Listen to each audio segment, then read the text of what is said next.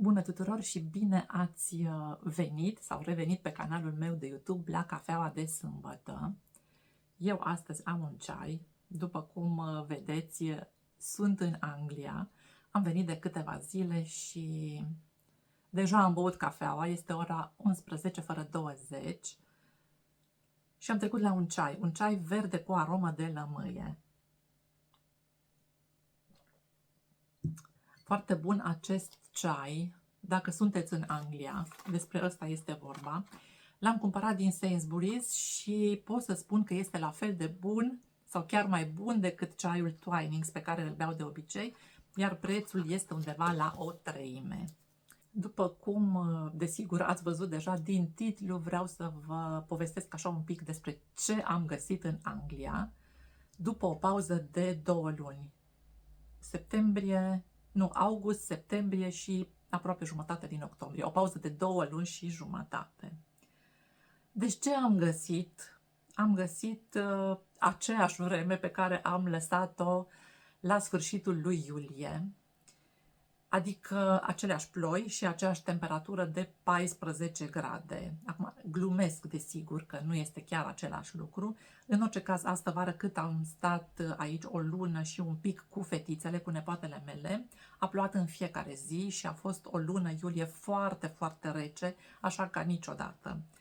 Despre temperatura din Anglia, despre cele 14 grade de care vă spuneam, fac mereu glume cu soțul meu și îi spun că eu de câte ori vin la el, tot aceeași temperatură o găsesc. Vara nu este prea plăcut să stai la 14 grade. Toamna este cumva normal, este o temperatură normală pentru lunile de toamnă, cel puțin în România 14 grade este o temperatură numai bună.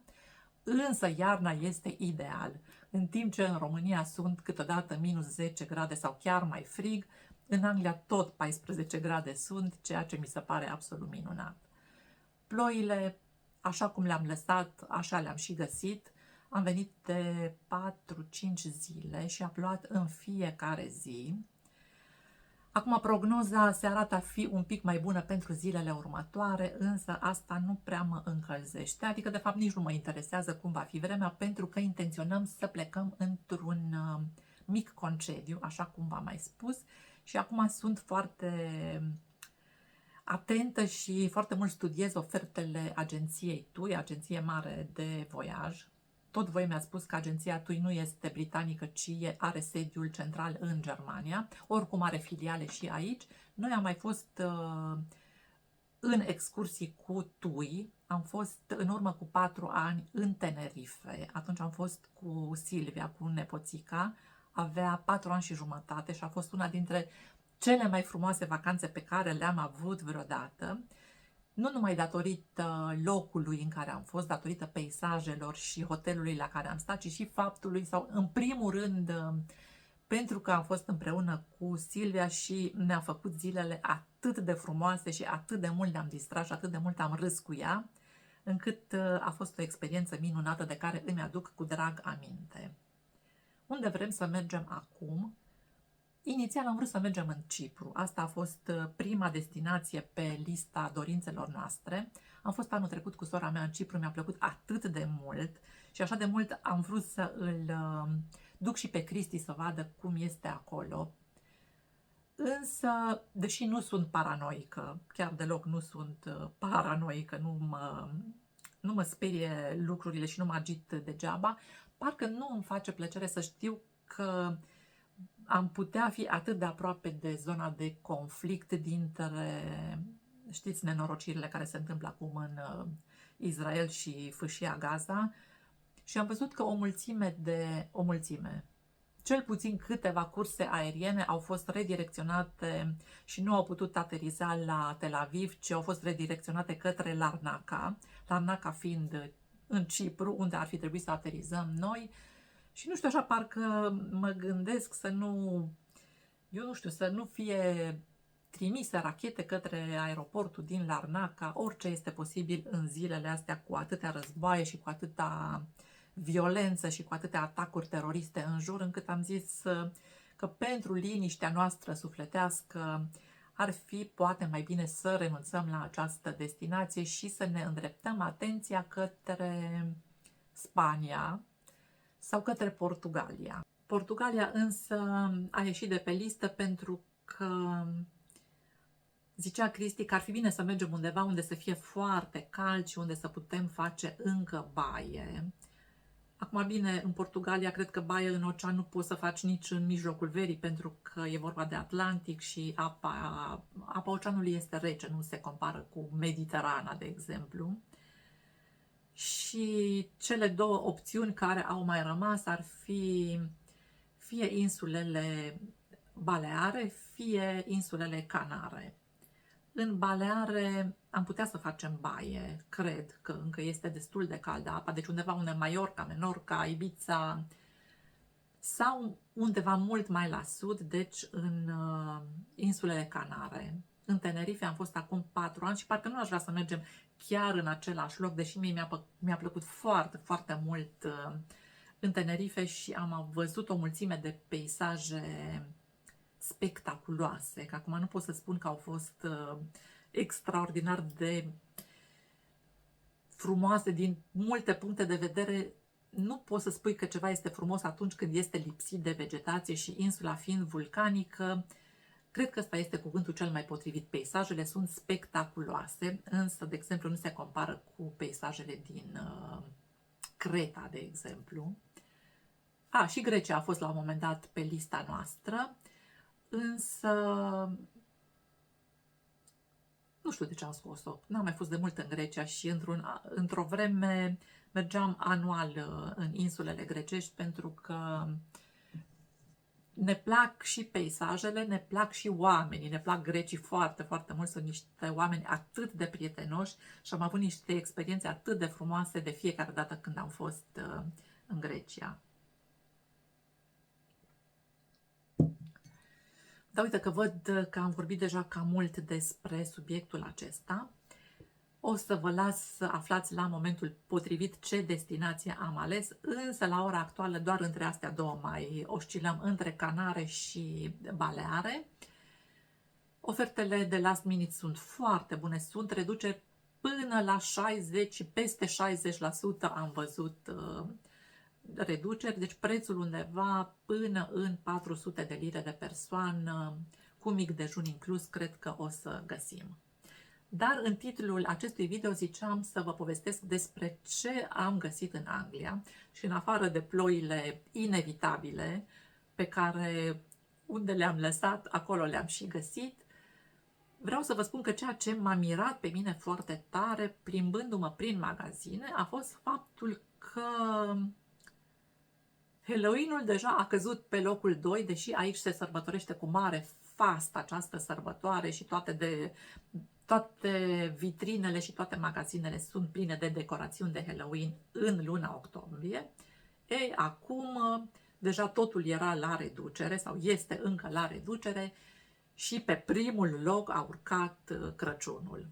Toată lumea așteaptă Crăciunul, deși mai sunt mai mult de 2 luni până atunci, sau nu mai sunt mai mult de 2 luni, cam 2 luni mai sunt, doar în 25 decembrie este Crăciunul. Am rămas surprinsă să văd câte decorațiuni de Crăciun sunt peste tot. Am intrat la Boots. Boots este un mare lanț de parfumerii, drogherii, farmacii, deci este așa ceva, o combinație între astea. Și atâtea calendare de advent câte am văzut în Boots, nu am văzut nicăieri niciodată. Adevărul că în România nici nu avem cum să ajungem la oferta asta, cel puțin deocamdată, decât online. Dar le-am văzut pe toate fizic acolo în fața mea și nu mai știam la ce să mă uit și cum să mă uit. Deși vă spun sincer, calendarele de advent nu mai sunt o plăcere deosebită pentru mine, pentru că am avut în câțiva ani la rând astfel de calendare și mi-am umplut casa de mostre și de travel size-uri și de tot felul de produse în miniatură pe care nu am apucat să le folosesc. Am mai și dat din ele și cu toate astea am rămas cu foarte multe produse și parcă îmi pare rău să tot adun așa multe mostre și multe miniaturi pe care nu am când să le folosesc. În primul rând, nu mi se potrivesc toate, chiar dacă sunt drăguțe, chiar dacă îmi plac, se adună prea multe și unele dintre ele expiră și parcă îmi pare rău să dau banii pe calendare de advent dacă știu că nu mai au același efect pe care l-ar fi avut în urmă cu câțiva ani. Însă, de plăcut, tot îmi plac și tot îmi place să mă uit la ele și mă uit la foarte multe videouri pe YouTube în care se desfac aceste calendare, se face un unboxing și văd în fiecare căsuță, în fiecare fereastră ce se găsește. Dar nu numai calendare de advent am văzut în magazine, ci și o mulțime de decorațiuni clasice, de cadouri deja, tot felul de oferte speciale și chiar și în magazinele alimentare, chiar în supermarket am văzut o mulțime de produse din astea tradiționale de Crăciun pe care englezii le folosesc și știu că le mănâncă în fiecare an. Eu am cumpărat chiar ieri, am intrat într-un magazin în Aldi, cred că este prima oară că intru în magazinul ăsta Aldi și am văzut că este un magazin foarte ieftin, undeva așa la prețuri, dar și produse foarte basic, adică nu au așa o ofertă extraordinară, însă s-a deschis un Aldi în apropiere de mine și am zis să intru să văd și eu cum arată și am cumpărat niște covrigei. Iar când am ajuns acasă am avut surpriza să constat, nu am fost foarte atent atunci când am pus covrigeii în coș, să constat că acești covrigei sărați sunt o ediție specială de Crăciun, adică au forme de brăduți, de steluțe. Despre covrigei aceștia vorbesc. Acum observ și codul de bare cum îl au în formă de brăduți de Crăciun. Iar covrigeii care erau în punga asta sunt în formă de ce este clopoțel, brăduleț și asta este o steluță. Sunt covrigei obișnuiți, covrigei cu sare, dar au deja forme speciale de Crăciun, de sărbătoare și mi se par foarte simpatici, foarte drăguți, deși poate că este un pic cam de vreme, dar decât să fie prea târziu, mai bine prea devreme. Să mai iau o gură din ceaiul ăsta extraordinar. Am intrat și la Marks & Spencer, unul din magazinele mele preferate. Nu numai partea alimentară, ci și magazinul, partea aceea de haine și de încălțăminte și de articole pentru casă, pentru că au de toate. Deci, cum spuneam, am intrat la Marks & Spencer și am văzut, cu surpriză am constatat că au apărut deja căsuțele lor de Crăciun, cutiile acelea metalice. 3 am deja. În fiecare an, în oferta pentru sărbători, apar aceste căsuțe care sunt pline fie cu biscuiți, fie cu bomboane de ciocolată, fie cu ceai. Iar după ce consumi produsul dinăuntru, îți rămâne cutia care poate să fie folosită ca decor. Sunt și foarte frumoase. Înăuntru au o luminiță, un beculeț cu baterie și este decorațiunea aceea specifică de Crăciun pe care cu drag îmi place să o văd în fiecare an și scot căsuțele astea de pe la mijlocul lui noiembrie și nu le pun neapărat la păstrare când a trecut Crăciunul, ci le las până pe la începutul lui februarie. Iar anul acesta au alte modele de căsuțe, unele mai frumoase decât altele. Mi-a spus și Cristina să îi cumpăr una, pentru că i-am trimis o poză și cu siguranță o să-mi cumpăr și eu cel puțin una, deși am zis că nu o să mai cumpăr decorațiuni de Crăciun, dar parcă nu mă pot abține să nu am o căsuță și din această colecție. De astă vară, de când am plecat, prețurile nu au mai crescut, pentru că v-am mai spus eu de mai multe ori că și aici în Anglia există o oarecare inflație, nu o oarecare inflație așa de mare ca în ultimul an sau ultimii 2 ani. Am citit în presă că nu a mai fost din anii 70. Deci și aici au crescut prețurile foarte, foarte mult, însă față de 1 august când am plecat, în cele 2 luni și jumătate, se pare că undeva a existat o stagnare. În orice caz mi-am făcut autobuz de autobuz, nu mi-am făcut autobuz, mi-am făcut abonament de transport pe autobuz și pentru o săptămână a costat tot 17 lire ca și astă vară. Anul trecut costa 15 lire și acum costă 17 lire pe săptămână, însă area de cuprindere a acestui abonament pentru transportul în comun este foarte mare. Pot să merg cu abonamentul acesta până la Birmingham, până acolo sunt vreo 30-35 de kilometri, pot să merg și în câteva orășele învecinate, ceea ce o să și fac pentru că intenționez să mă plimb destul de mult, să profit de toamna de afară și de parcurile astea absolut minunate pe care le găsesc în Anglia. Au așa un cult pentru parcuri englezii. În fiecare oraș, în fiecare localitate, chiar și în satele mici, nu există să nu găsești niște alei pe marginea cărora să nu fie bănci, unde să poți să stai și să citești, dacă vremea te lasă, desigur. Și mai sunt după mese însorite, pentru că nu plouă chiar continuu. Nu o să vă țin astăzi foarte mult la cafea, pentru că am un alt program, după cum v-am spus, vreau să ies un pic în oraș. Eu vă mulțumesc tuturor pentru vizionare, mă bucur că am băut cafeaua împreună.